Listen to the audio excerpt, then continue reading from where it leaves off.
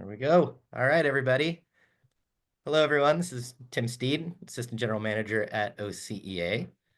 Thanks everyone for, like I said, thanks everyone for joining. I know, joining on your lunch break sometimes a little tough, so do appreciate it. I'm going to get right to it. So this is training on Assembly Bill 596, OCEA sponsored legislation. I'm glad we got some of our board of directors on, ledge committee participants, stewards from county and court. Welcome, welcome.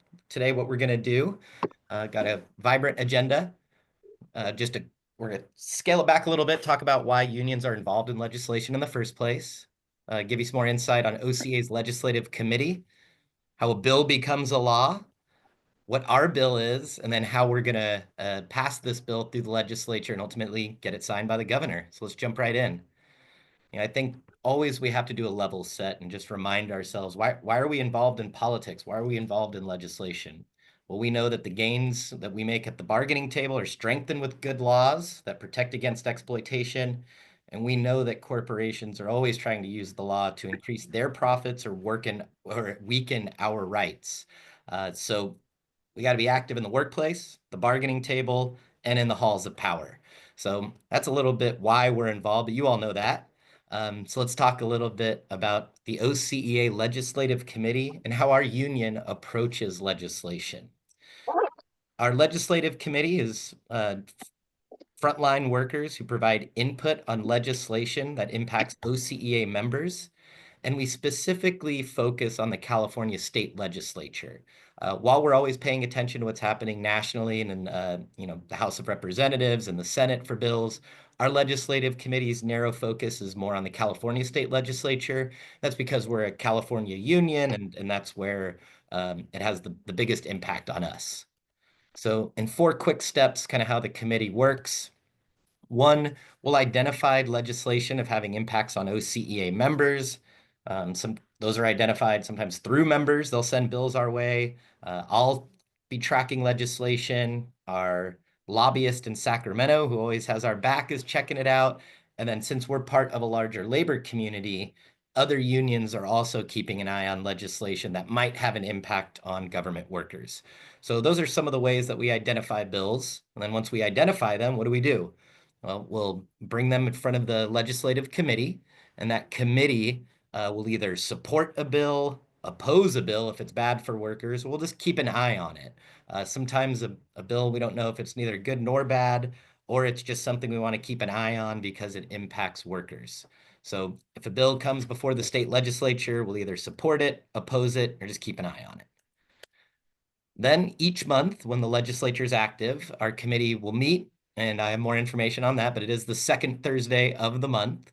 Our lobbyist zooms in from Sacramento. We'll go through any new pieces of legislation or just whatever is on our agenda.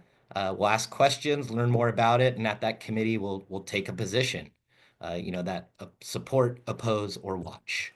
And then as everything makes its way through Sacramento, we'll lobby it, we'll push it, and even sometimes go up to the state capitol and actually directly lobby with legislators on these bills that are important to us. Now, I mentioned our legislative advocate, and that's Pat Moran. Pat Moran is a lobbyist or legislative advocate with the firm Aaron Reed and Associates. Pat's an amazing lobbyist. He's been, working with OCEA for well over a decade. And prior to that, he worked with, the State Association of County Retirement Systems, the California Treasurer and Tax Collector Association, law enforcement, the Speaker's Office. So he has a really good insight into Sacramento, a lot of great connections, and knows how the process works so he can advocate for OCEA members really well. So what he'll do is he'll monitor that legislation. He provides analysis, sometimes not just the straight reading of the analysis, but also what it really means and some of the political implications. Like I said, he zooms in monthly with our legislative committee. And then once we take a support or oppose position, you better believe he's writing letters or even showing up at committee hearings to voice OCEA's position on those bills. So it doesn't just stop at that legislative committee. Once we give Pat direction, he is on it, and he is our eyes, ears, and voice up in Sacramento. So taking another step back, how does a bill even become a law? And I know some of you have seen the wonderful schoolyard rock, right? I'm just a bill on Capitol Hill. Very much like that. But the quick process is it starts with an idea, and an idea from an individual, a group, and they talk to a member of the legislature to author a bill that reflects that idea so it can become a law. Once that bill is crafted based on its topic, it's going to get assigned to a policy committee, and that committee is just based on the subject matter of the bill. If it makes it out of those that committee or committees, because sometimes it could have, it could be a broad bill where it has multiple subject matter and two different committees have to hear it. It will then move to the floor, and either the state senate or the state assembly. And if it's passed out of that, it goes to the other house for consideration. And if it's passed out of that, it'll be put in front of the governor to either sign, veto, or it gets approved without the governor signing. Now, there's a whole bunch more that goes into that, but that's the real simple way to put it. An idea, committee, the floor, and then to the governor. So as far as our bill, AB 596, we said it all starts with an idea. Wow, this bill become an idea, and we are so lucky that John Sincock, the man, the myth, the legend, is on this call right now. John's on our board of directors.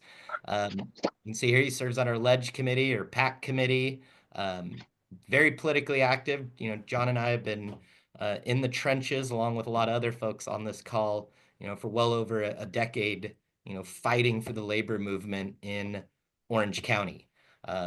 So John is part of CEO risk management and part of the Ledge Committee. And last year, John, he insightfully discovered that, there is an issue taking place because in up until February 3rd of this year, there was something called the COVID safety standard. And what that did, it was a whole set of regulations implemented by the governor. And one of them would would prohibit an employer from preventing any employee from wearing a face covering, including a respirator, as specified, unless it would create a safety hazard. John noticed that that was going to expire. And so we started talking about this issue with our lobbyist and how can we get this very narrow part of the COVID safety standard to continue.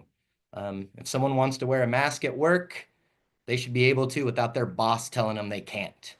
And you might say to yourself, well, yeah, that's pretty simple, not common sense. Why would anyone be opposed to that? Well, doesn't take a giant leap of faith, especially living here in Orange County, to see that a boss might actually want to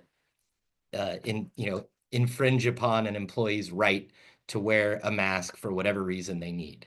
So John, thank you. Being insightful to see that that was going to expire, and then also knowing, just looking into the future, that we owe it to not just the members we represent, but to every worker in California to make sure that they have the right to protect themselves and their family in any way they choose. So that's the why around this bill, where the idea came from. So next step, we have to find an author.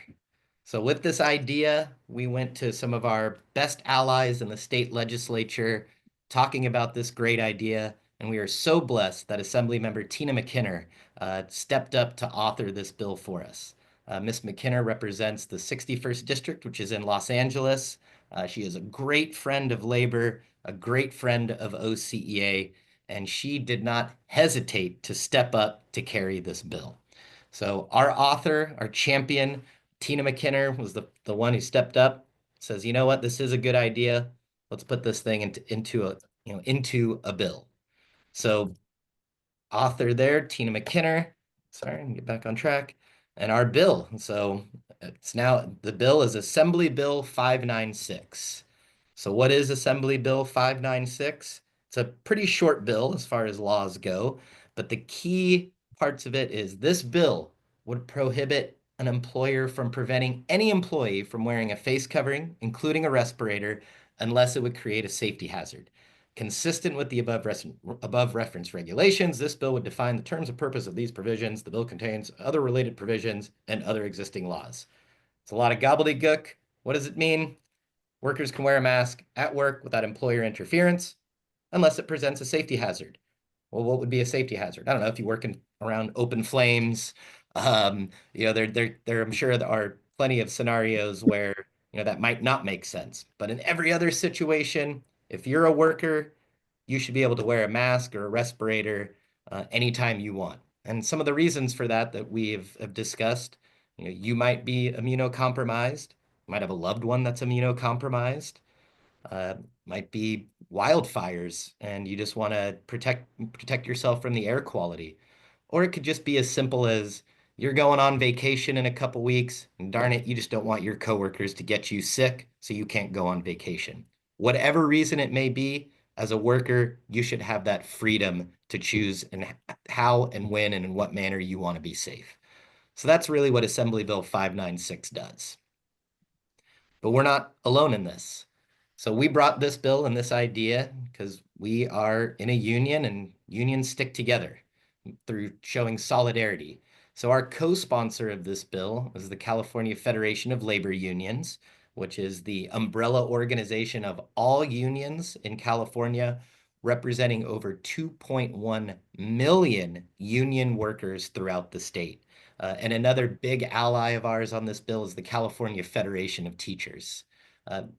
Representing educators, they know their members, they need to protect themselves in the workplace, and they wanted to be sure that teachers would be able to wear masks if they so chose. So big shout out to both of those organizations for stepping up in solidarity with us. The California Federation of Labor Unions is a co-sponsor, and the Federation of Teachers is supporting the bill. So as going back, right, it starts with an idea, we get an author, and then it gets referred to a committee.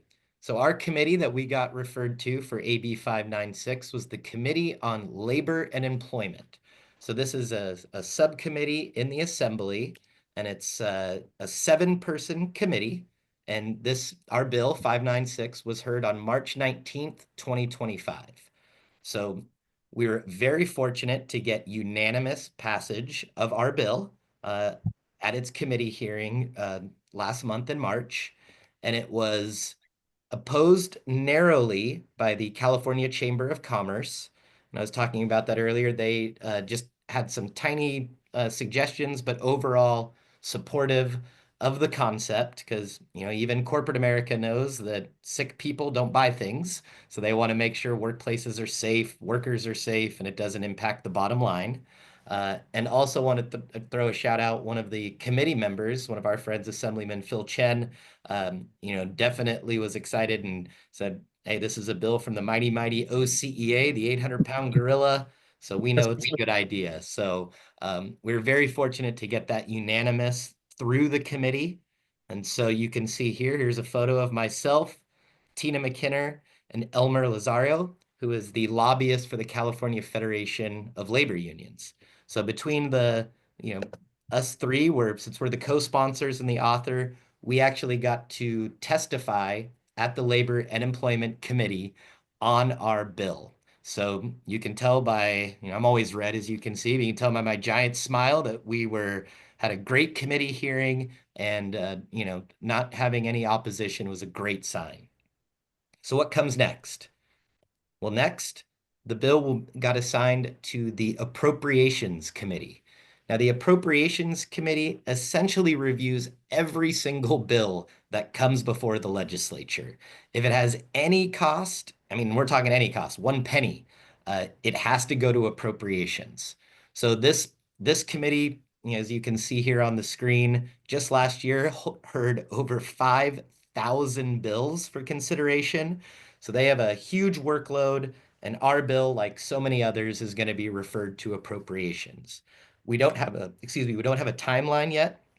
We'll talk a little bit more about what those steps are, but we're very confident in our next steps, and should be sailing through appropriations, because our bill, quite frankly, doesn't cost a lot of money. But we're not going to leave it to chance. So we're going to join together with every single union in California coming up in May, where As you can see here, sorry, it's just a little bit shrunken, but the middle of May, OCEA members of every union in California are going to descend upon the Capitol, and we're going to educate every single legislator about the important priorities of the California labor movement. And one of those is our bill, AB 596. So throughout the day on Wednesday, May 14th, we're going to meet with dozens of legislators talking about our priorities. And of course, our bill is going to be first among them. So in the intervening time, we're going to make sure that we're really working the bill or lobbying it. This is an old photo from a previous legislative conference, and this is just the Orange County delegation. There's about 20 or so people from various unions, from the educator unions, the grocery store unions, the building trades, the communications workers, and we all sit together in coalition, in solidarity to support one another in our interests. So we'll all stand together with our local unions. They're going to have our backs just like the way we have theirs. Then what happens? Well, if it gets out of appropriations, which we expect it will, it has to be out of its house of origin by June 6th, 2025.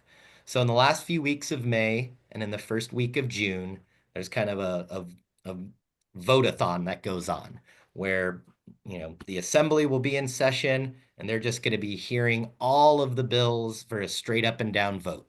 So if our bill is fortunate to get out of the assembly by June 6th, it's off to the Senate. And pretty much the same process happens in the Senate. It'll be referred to a committee. If there's any potential amendments that might happen, it'll happen there. Then it'll have to go back to the assembly for a little bit of concurrence, be voted on again. And if everything is going smooth, which we expect it will, it's off to the governor. Now, the governor will have until October 12th, 2025 to either veto, sign, or allow it to pass by not signing. So as we get through May and into the early months of fall, there's another vote-a-rama that occurs. And so all the bills that have been considered that year will then be voted on again for this final legislative deadline, which occurs at the end of September. So if you like legislation, and we'll open it up for questions here in just a second. Is this something you're interested in? Please join us at the OCEA Legislative Committee, which takes place on the second Thursday of the month when the legislature is in session. Here at OCEA, we meet from about 5:30 to 7, sometimes earlier. But if you are interested in something like this and hearing more about the amazing legislation that we're working on, please let us know and RSVP. And with that, I'm just going to stop recording real quick so we can